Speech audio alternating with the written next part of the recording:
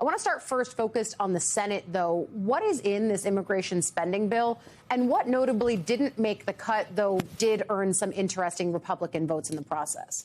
Yeah, Ali, a long time coming for this piece of legislation finally getting over the finish line. It has a price tag of about $70 billion, and it's split between ICE and Border Patrol. You'll remember this is after that shutdown that we had earlier this year. Republican leaders decided to spin off ICE and Border Patrol funding because Democrats said after the shootings of Alex Preddy and Renee Good in Minneapolis that they would not get on board with any more dollars for this immigration crackdown. So those are the contours of this legislation. It came together and crossed the finish line after a more than 18-hour vote-a-rama yesterday, which we know as the debate up on Capitol Hill. There were 22 amendments and 3 motions that the Senate voted on, which covered a lot of ground, including language to try and ban for good that anti-weaponization bill, language to for good ban any federal dollars being used for President Trump's ballroom, even trying to prevent Bill Pulte, the housing chief, from serving as acting director of national intelligence following President Trump's appointment. All of them failed, despite Republicans for days now raising concerns with that anti-weaponization fund, saying that they were in support of banning it, and even going as so far as to say that they would not support final passage without that language in there. In the end, though, this bill passed 52-47. Senator Lisa Murkowski, the only Republican to vote no. It's now on its way to the House. Gone but not forgotten there, Michael, especially as some of those same things like the ballroom funding or blocking that so-called slush fund, the anti-weaponization fund, that might get revived in the Rules Committee, I'm told, once the House comes back next week and takes it up. What are we anticipating there? It's going to be a real fight in the House. This is not going to be a cakewalk for the lower chamber, even though, again, Senate Republicans gave this the green light without adding that anti-weaponization fund language. I've been hearing, I know you've been hearing, too, from a number of House Republicans, particularly those moderate ones from more purple centrist districts where this could really impact them in the November midterms, who say that they cannot take a vote without tamping back on this fund. In fact, we've heard from Brian Fitzpatrick, Republican from Pennsylvania. He's one of 3 House Republicans currently representing a district that Kamala Harris won back in 2024. He said he's going to force a vote on adding language, or rather a bill, to ban this anti-weaponization fund once and for all. So we're going to see what this infighting looks like when lawmakers return. Notably, Speaker Mike Johnson sent Republicans and Democrats home early yesterday for the weekend instead of waiting for the Senate to process it, perhaps because they were going to have some absences this morning, perhaps because they didn't know when the Senate was going to send it over. But maybe most of all, they recognize they have a bit of an uphill battle before them, and they're trying to buy a little bit more time. Yeah, that is certainly one of the pieces of process intrigue for people like you and me, Michael. And I will say, for his part, the top Democrat on the Budget Committee, Brendan Boyle, said to us on Morning Joe this morning that it was a surprise to see the House sent home, especially given they thought they were going to take this reconciliation package up immediately. So we'll wait for that next week.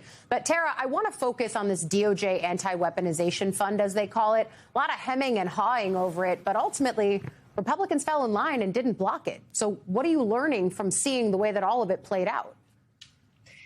Well, we're seeing that there's still a lot of pressure coming from the White House, that these Republicans, as much as they know that this is politically toxic for them, they're still trying to placate Donald Trump. And this is at their own peril. The Republicans know that this is an issue that is political kryptonite for them. Mike Johnson basically crawled up to the White House on Monday, begging them to get rid of this January 6th weaponization slush fund.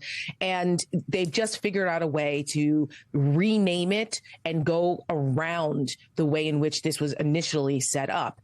That's the concern. And I think that they're hoping that the American people won't notice if it's put somehow in the details and the Byzantine rules of the Senate or the House or a bill, that they can slip it in there in a way where these potential January 6th pardoned criminals are able to get taxpayer money. That is a really problematic political hot button issue for Republicans, and they know it. Lawfare just had a story that came out today that said 97 of the January 6th pardon recipients have been recharged or convicted or arrested again for pretty terrible crimes. So if Republicans want to continue to allow this to be a possibility, it's at their own political peril. And I hope that Democrats find a way to stop this. It's also going to be an issue that sticks around, frankly, as Todd Blanche's confirmation hearing to be Attorney General in more than just an acting capacity is set for at some point in the next few weeks or months. And this is going to be a central issue as Blanche is promising lawmakers, no, the fund is over. And Trump is the one in the Oval Office keeping it alive.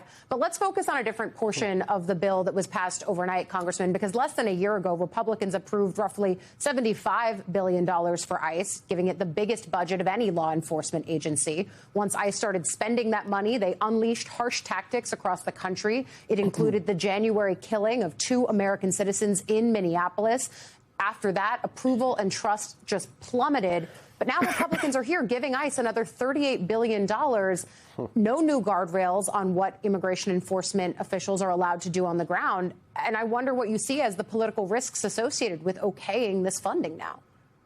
First of all, there's moral risk to start. Let's not talk about politics right off the bat. This is the largest paramilitary force under the control of the President of the United States that is operating domestically. We're talking larger than all of the other federal law enforcement agencies combined. And of course, it has acted with reckless abandonment because that is what Donald Trump has wanted. He developed and expanded this effort to instill fear in the American people. And now, as we look to it being expanded, the largest question is why? And in the context of that, we cannot exclude consideration of the upcoming midterm election. How will Donald Trump plan to use this paramilitary force at his own whim to potentially interfere in the midterm election? That is not just what the Democratic Congressional Caucus should be considering right now, but Democratic governors should be standing up and putting forth their plan to how they will counteract a potential ICE interference in the midterm election. Are you seeing any of that, Congressman? Because I have had conversations, frankly, with state attorneys general, as well as talked to other statewide officials that are looking ahead to November. And as much as they have concerns about the way that this administration is leaving open the possibility of ICE agents at the polls, despite the fact that they can't do that, are you seeing anyone do the actual planning and prep more than just messaging that this is something they're worried about? So, and to look at a specific scenario, Donald Trump could order ICE raids in high immigrant Democratic areas in swing congressional districts. And certainly Democratic governors should be putting forth a plan not just about how they will counteract that in a court of law, because, of course, if this is happening in 24, 48 hours before an election, I don't care what kind of lawsuit you're bringing. The election will be done by the time that court case is heard. We need to hear about how Democratic governors are using the actual tools at their disposal, whether it is control of the elections, whether it is state police, whether it is working in concert with local law enforcement, whether it is the National Guard to just protect our elections. If those plans are not put in place now, and if those plans are not well resourced, they will not be able to put them into effect once Donald Trump does something with ICE in advance or in interference of the election.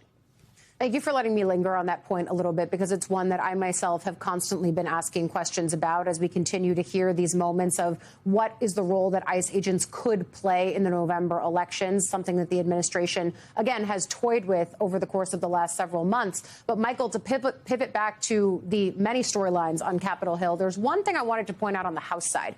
A Ukraine aid bill actually passed in a bipartisan fashion. And I'm wondering what you make of the fact that this is now another instance of House Republicans potentially bucking the White House, or at least showing that they have a difference of opinion. And if you think that it's just a circumstantial vote, that we're looking at one specific issue, or a larger landscape on Capitol Hill where Republicans are recognizing their political fortunes are divergent from that of the White House. I got 3 things on that. First off, I think it's significant. It was significant that they passed this Ukraine aid, but how did they even get to the vote? This was another successful discharge petition, right? This was a bill that House GOP leadership would not put on the floor, but there were enough Republicans who were willing to buck the party, join with Democrats, force a vote vote on it. And then in the end, you had about 18 Republicans get on board and actually support passage, which is not a critical mass, but it's not a small handful. And then to your point of, is this part of the greater trend of Republicans realizing that maybe the president's decisions aren't the best for them politically?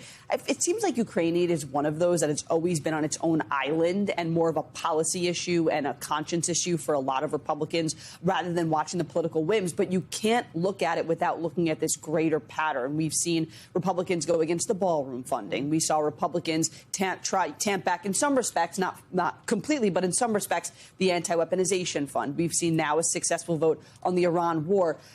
I wouldn't necessarily say that this is part of Republicans realizing that the president's position isn't so strong, but it's certainly Republicans getting a little bit more comfortable in this, what used to be uncomfortable position of crossing.